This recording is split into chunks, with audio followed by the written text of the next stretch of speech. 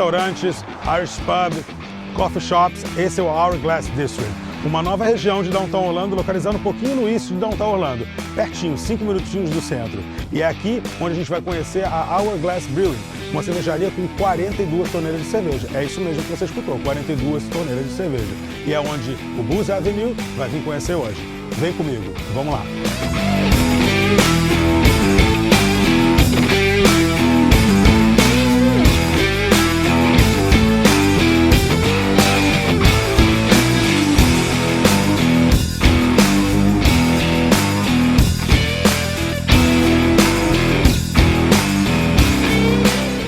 42 torneiras de cerveja, mais de 20 tipos diferentes.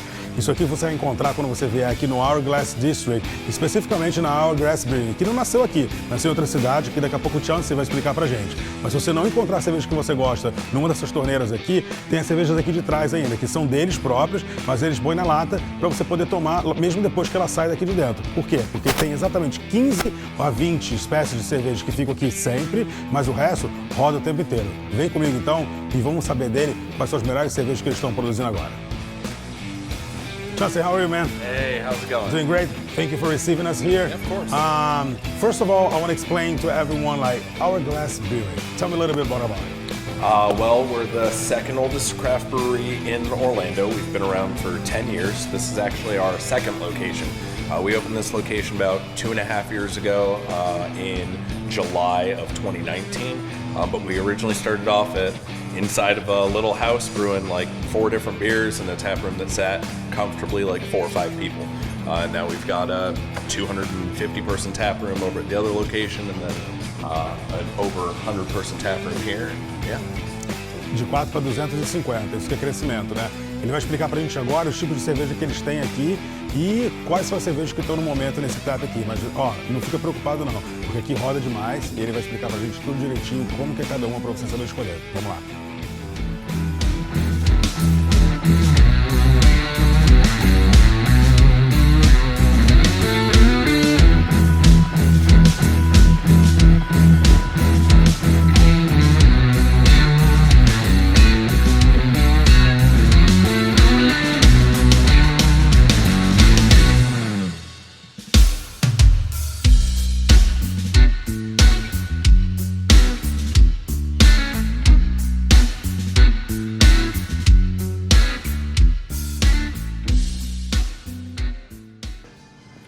So show me, like, you have 42 taps here. Mm-hmm. Explain to me a little bit more about like each and every one that you have here on tap.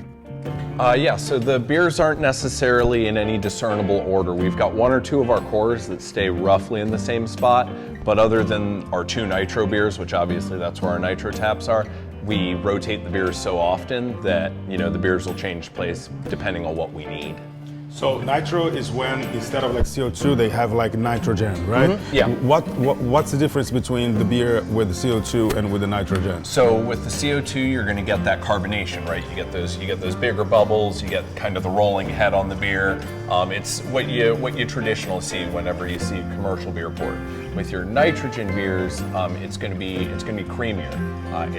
You're not going to get a fizziness from those bubbles because those bubbles are thinner, they're closer together. It leaves that creamy, almost a cream type head on top. Like a milkshake, for example. Yeah.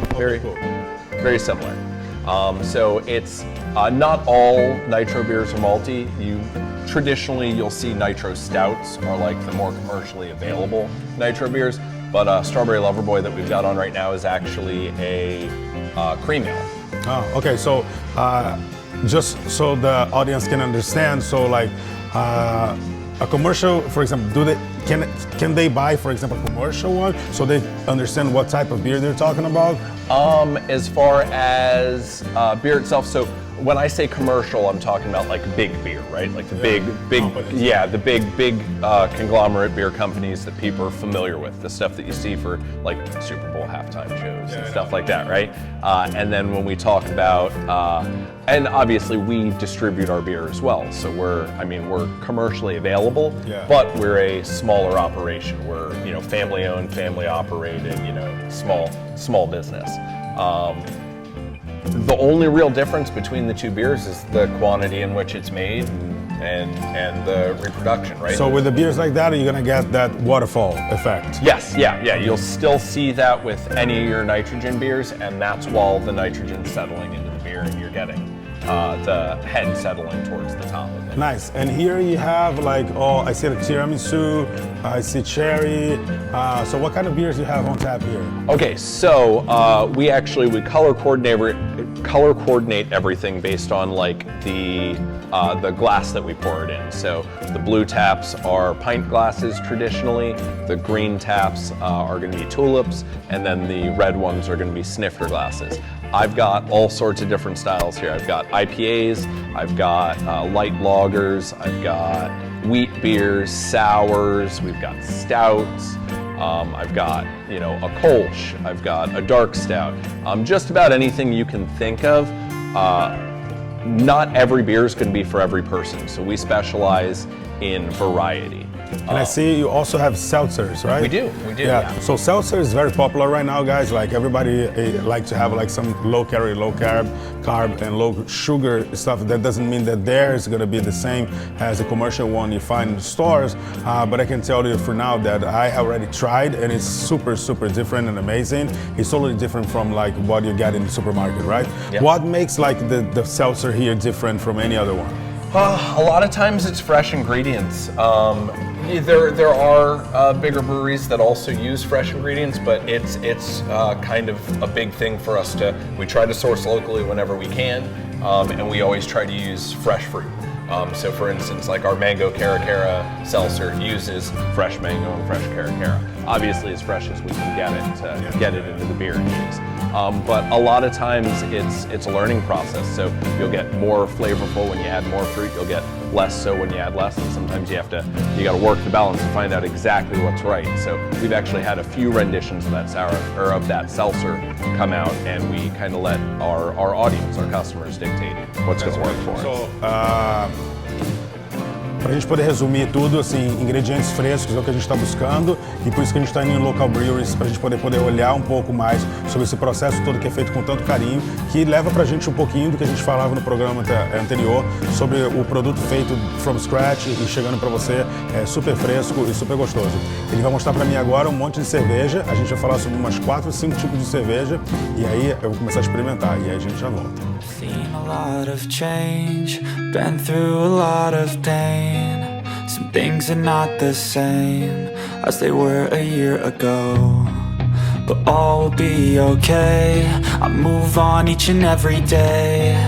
The past is where it stays, way back a year ago. I've changed for the better this time. I thought I would never be fine. I strive just to say... Com diferentes tipos de cerveja, vem também diferentes tipos de copo. Ele vai explicar pra gente direitinho que cerveja que ele serviu pra gente e por que ele colocou em cada copo. Vamos lá. Let's go. Yeah. So here in the pint glass to start, right? We've got Wolf Shirt. Wolf Shirt Lager is a light American lager. This is actually one of our, kind of everyday beers. This is one of our cores. It's one of the things that we have so that if you've never been into a craft brewery before, but like you've been, but you want to check it out, this is a good way to dip your toes in the water. It's light, it's sessionable, it drinks like a lot of the commercial beers that you have at any other bar. This one gets a pint glass for the obvious reason. It's low alcohol content, it's a light, easy drinking beer, and the intent is for you to be able to have, 4, 5, 6 of them, just enjoy them. In the tulip glass here, I've got 2 million bees and some hops. This is our #1 selling beer. You can find it in most stores, you can find it in most tap rooms around Orlando. A lot of bars and restaurants carry it. This is a double IPA that's made with roughly the amount of honey that 2 million bees would produce. That's why we call it 2 million bees and some hops. The honey tends to bite back on the hoppiness a little bit, and then the hoppiness tends to bite back on the sweetness of the honey. So it's a really well-balanced beer, and it's a fan favorite pretty much all around town. In the snifter here, I've got our Pecan Pie Brown Ale. So the Pecan Pie Brown Ale is actually a seasonal beer. You can only generally get that around the winter, springtime. It's very sessionable. It's got a little bit more robustness to it, and the reason that we've got that in the sniffer is because anything with more ingredients, so like the pecans, any time that there's lactose or cinnamon or any kind of spices, things that you're going to want to pick up on the aromatics, just like you would with a good bourbon or whiskey. You put it in that snifter, that way you'll get those aromatics coming up out of the glass, right? And then in the 5-ounce glass here, that's normally what we would use for a flight. Just about anything can be poured in there. What we currently have poured in there is apricot. Apricot is our 17% apricot fruit ale. It packs a lot more of a punch, so we tend to go with the smaller glassware because it allows you to drink a little bit more responsibly, right? This one's super smooth, it's super sweet, it tastes like you're drinking apricot juice, and it's not until you get to the bottom of maybe the second glass that you realize, like, oh wow, this is a lot more alcohol than I signed up for up front. That's great, so time to taste some, right? Yeah. Pessoal, a gente está aqui na Hourglass Brewery. A gente convida vocês a virem aqui no Hourglass District para conhecer essa cervejaria e outros lugares super legais aqui em volta. Hoje eu vou ficar tomando essas aqui, vou experimentar cada uma. A gente se vê no próximo programa. Vamos lá, hein?